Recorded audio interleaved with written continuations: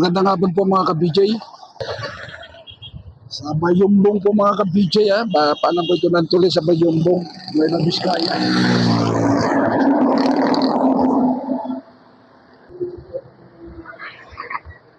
Bagong ano po ito? Bagong repair po yung kabila po mga ka-BJ. So pasensya na po kayo na medyo namalat po ako. Namalat po ang boses ko. So ere po. Napakagandang tulay po ito mga ka-BJ ere. Bago lang daw po ito in-open. Inayos daw po nila ito. Bagong open daw po ito mga ka-BJ. Itong kabila nito. So mga isang buwan pa lang ata ito mga ka-BJ. Ito po. At nagdudugtong po ito ng ano. Nagdudugtong po ito papuntang norte pag galing po tayo ng south. So yan po mga ka-BJ. Kung pupunta po tayo ng Isabela, Afari, Cagayan. So yan po. Dito po tayo dumadaan sa tulay na po ito mga ka-BJ.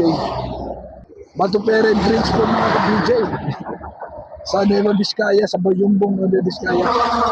So ito po ang nagdudugtong po ito mga ka-BJ. Ito po ang nagdudugtong ng tulay nito. Para makarating po tayo sa Cagayan, sa Afari, sa Isabela. So hindi po tayo makakadating doon kung hindi po tayo dumadaan dito po mga ka-BJ.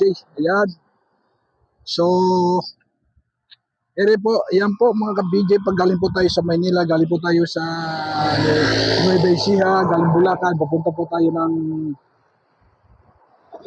ng Apari. So dito po tayo mga ka-BJ. Ito po, kaganda po ito ng tulay mga ka-BJ.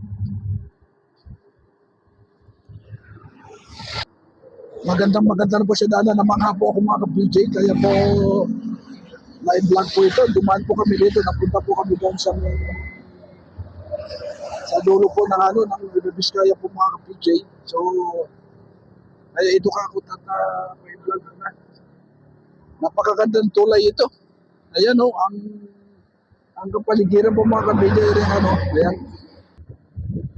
Napakalawak na ilog po ito mga ka-BJ kasi lang tuyo. Tuyo po ito mga ka-BJ. So, wala kasi po lang ngayon. Papunta po doon sa kabila. Ayan o, sa kabila.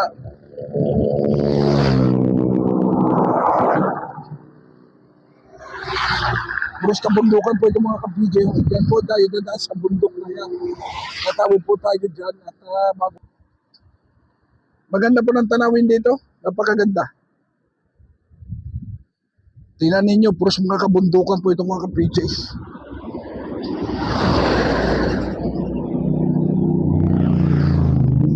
At napakatibay po ito mga ka-BJ hindi po tulad ng mga ibang ibang tulay, di ba? Yung mga ibang bridge pagka dumadaan po tayo, naramdaman po natin, damdam po natin na umuuga.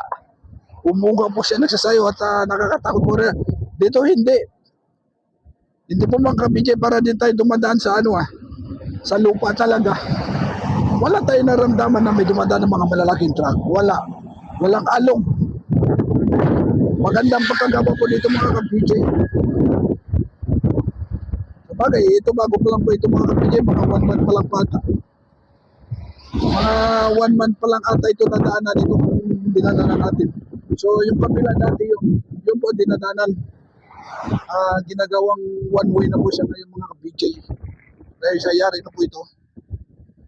So may nakasalubong ako kanina, doon po sa kabila dumadaan. Sumalubong, siguro akala niya at hindi pa siguro dumadaanan yung kabila itong mga ka-BJ. Ayan. Pagmasdan po ninyo mga ka-BJ, ang kagandahan po dito. Ulitin po natin mga ka-BJ, Bato Pere po ito Bato Pere yung kulay. Pero yung mga taga Nueva Ecija, alam niyo po yan, may Bato Pere po dyan sa Nueva Ecija. So dito sa Nueva Vizcaya, meron din po Bato Pere mga ka-BJ. Pero mas malawak ito, siguro nasa mga 300 meters siguro ito po mga ka-BJ. Higit kumulang 300 meters dito mga ka-BJ. So mababaw po ang ilog ngayon. Napakaluwag po ang ilog dito, napakaluwag. Hanggang doon yun Kikita po ninyo mga ka-BJ.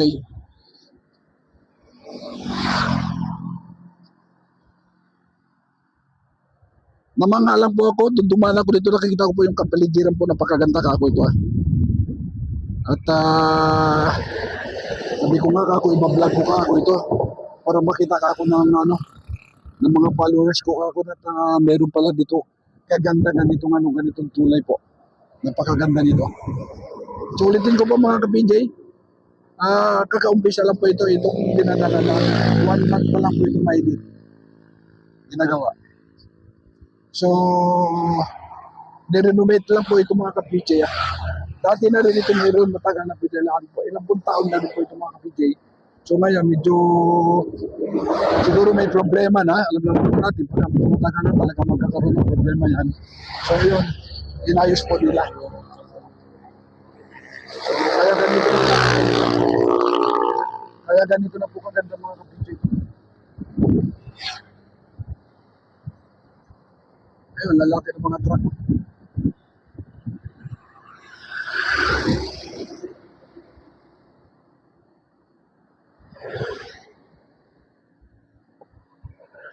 Maluwag yung ano maluwag yung tulay. Maluwag and then mahaba po mga ka-PJ. Dami po nagsidaanan, wala po tayo naramdaman. Uga. Wala po. Talagang as in talaga para din po tayo na nasa lupa po mga ka-PJ. Hindi po natin naramdaman yung mga ano niya. So ibig sabihin maganda po talaga pagkagawa dito. Hindi ano po ito, hindi substandard. Hindi po ito substandard po mga ka-PJ kasi kung substandard po ito talagang damdam po natin umuuga ang tulay. So ito walang uga. Kahit gaano po kalaki ng truck. Wala po tayo naramdaman mga ka-PJ.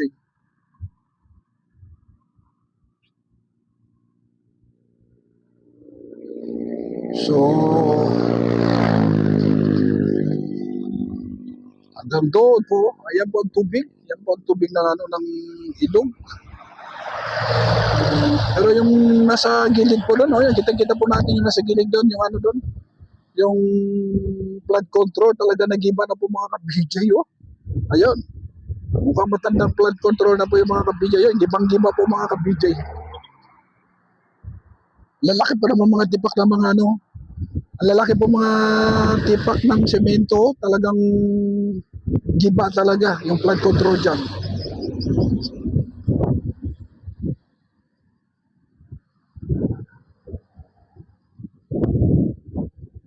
Hanggang to, ang ganda ng pagkabot sa doon sa dulo, kitang-kita po ng mata natin mga ka-PJ. Ang ganda doon, yung flood control talaga ang ganda doon. Oh. Talagang kitang-kita po natin doon sa dulo, pero dito po sa bungad na yan, talagang giniba po siya ng tubig. Giniba ng tubig po mga ka-PJ.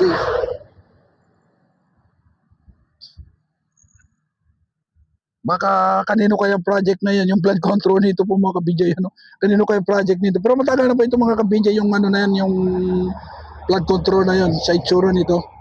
Mukhang matagal na po yan mga ka-PJ. Hindi lang po ganito ngayon gawa yan. Pero baka yung mga, ano yan, baka yung mga may kaso ngayon, ang may gawa dyan mga ka-PJ, ang kontrata dyan, ang kontratista dyan po mga ka-PJ. Gibang-giba talaga. Tubig pa lang yan, tubig lang yan, wala pang alon. So ayun na po mga ka-video, nakikita po ninyo. Ang ganda po dito. Nueva Vizcaya po ito. Bayumbong, ayun po, Bayumbong na po yung mga ka-PJ. Nueva Vizcaya. Tatakbo lang po tayo ng konti. Pagkayari po dyan, Isabela na po mga ka-PJ. Mga 2 bayan lang po. Paglagpas mo ng Bayumbong, Solano. And then meron pa po isa. So tapos ayun, Gordon na po. Gordon Isabela na po yung mga ka-PJ. So mga ka-PJ, thank you so much po sa inyo lahat. Hanggang dito na lang po vlog natin. God bless. Mabuhay po tayo lahat mga Pilipino. So dapat po ganito po lahat ang mga project dito sa atin. Napakaganda po mga ka-PJ. Napakaganda siya. So ito po inyong amang lingkod, ka-PJ Ben Jasik. Thank you for watching.